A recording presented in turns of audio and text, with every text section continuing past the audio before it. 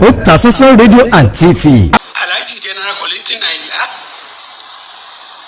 olórí gbogbo ní Fuji pátápátá èmi ni mò ń sọ̀rọ̀ yìí gbogbo ọ̀pọ̀lọpọ̀ èèyàn wọ́n ti rò pé mo ti kú ni bẹ́ẹ̀ LASUTH. ọjọ́ bíi méjì mẹ́ta sẹ́yìn ó ní ìròyìn jáde wípé àwọn mọ̀lẹ́bí gbajúmọ̀ àgbà ọ̀jẹ̀ olórin Fuji Alhaji Ayinla Kollington Kwara wípé wọ́n gbé bàbá náà dìgbàdìgbà lọ sí ilé ìwòsàn nígbà tí ara bàbá ṣe bí ẹni tí ò yá tó sì jẹ́ wípé apá kan ayé apá kan ọ̀run ò ní wọ́n gbé bàbá náà olórin Fuji Kollington Ayinla délé ìwòsàn. Ṣùgbọ́n a ti dúpẹ́ a ti fọpẹ́ fẹ́lẹ́dùmarè torí pé ara bàbá ti yá ara bàbá ti yá, bàbá ti sọ̀rọ̀, bàbá ti dìde, wọ́n ti fẹsẹ̀ ara wọn rìn. Àdúpẹ́ kí wá ni bàbá sọ, kí ni bàbá wí? Bàbá sọ̀rọ̀. Mo wá fẹ́ mú ọ̀rọ̀ tí bàbá sọ nípa ilé ìwòsàn LASUTH àti ipò tí ìlera wọn wà báyìí, mo fẹ́ mú wá fún yín. Ṣùgbọ́n kí n tó mú wá fún yín, mo fẹ́ kẹ́ ẹ jẹ́ a jọ gbọ́ ìkéde ìpolówó tí mo mú wá fún yín.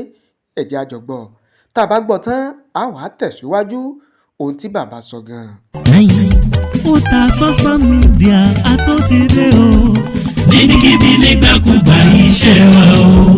Ó kárí ayé. Otasansan Media, ilé-iṣẹ́ tí Èdùmàrè gbé kalẹ̀ fún gbogbo ẹni ó fẹ́ ṣe ayẹyẹ bíi wedding, birthday, funeral, coronation, anniversary, concert, product launch àti bẹ́ẹ̀ bẹ́ẹ̀ lọ. Àwọn irinṣẹ́ wa kọjá bẹ́ẹ̀. Professional camera wa mú sánsan, lightning wa mọ́lẹ̀ kedere, sound wa já tòròtò, drone camera wa wúni lórí, editing wa ò lẹ́gbẹ́, finishing wa kọjá bẹ́ẹ̀. Bẹ́ẹ̀ làwọn òṣìṣẹ́ wa kọ́ṣẹ́mọṣẹ́ pẹ̀lú ìrírí bá a ṣe gbé kámẹ́rà ya áńgù lóríṣiríṣi. Kódà bẹ́ẹ̀ fẹ́ ṣe documentary, ẹ pè wá kábàáyé gbé kalẹ̀ lára ọ̀tọ̀ pẹ̀lú owó tí ò gún pa. Àtúnbáni ṣe MC lóde ayẹyẹ gbogbo.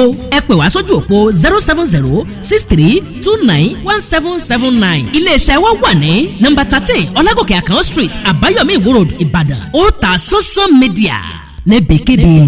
À ń dúpẹ́ lọ́wọ́ yín, à ń fi àsìkò yìí, a fi ń fi nǹkan tí ọ̀pọ̀lọpọ̀ ò mọ̀, a fi ń fi hàn yín ní LASUTH hospital lábẹ́ aláṣẹ Adétòkunbọ̀ Fábàǹwò.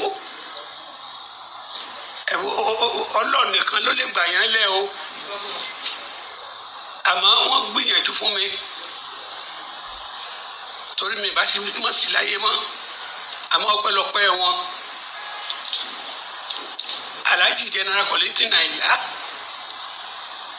olórí gbogbo ní Fuji pátápátá èmi ni mò ń sọ̀rọ̀ yìí gbogbo ọ̀pọ̀lọpọ̀ èèyàn wọ́n ti rò pé mo ti kú ni bẹ́ẹ̀ LASUTH ọba ni wọ́n, mo gbàtẹ́wọ́ fún wọn. LASUTH lábẹ́ bàbá wa Adétòkunbọ̀ Fábàǹwò, ẹ kú iṣẹ́ takuntakun o. Ẹ wo bí gbogbo bí ṣe rí, ẹ wo gbogbo bó ṣe rí. Ẹ try gómìnà wa Babájídé Olúṣọlá Sanwó-Olú, mo kí ẹ̀yin náà o, àtìlẹ́yìn yín ni.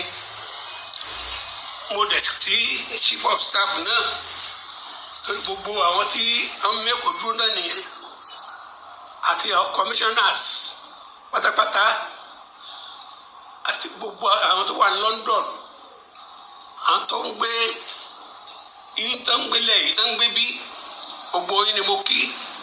Ẹ wá wo iṣẹ́ ribiribi tí LASUTH ń ṣe o, ẹ wo iṣẹ́ ribiribi tí LASUTH ń ṣe o. Mo dúpẹ́ gbogbo ọmọ Nàìjíríà, mo dúpẹ́ fún yín. Ẹni tó lè wá kí mi, ẹni tí ò lè wá, ẹlòmíì ó fowó ránṣẹ́ sí mi, tí ń ṣe nǹkan kékeré mo dúpẹ́ ẹ ní firú ẹ̀gbá o ẹ ní firú ẹ̀gbá o torí ọ̀pọ̀lọpọ̀ ló ti lérò pé ó ti kú bẹ̀tẹ̀ a dúpẹ́ lọ́dọ̀ Ọlọ́run LASUTH ó ra ẹ̀mí mi padà mo dúpẹ́ lọ́dọ̀ Ọlọ́run mo dúpẹ́ lọ́dọ̀ Ọlọ́run.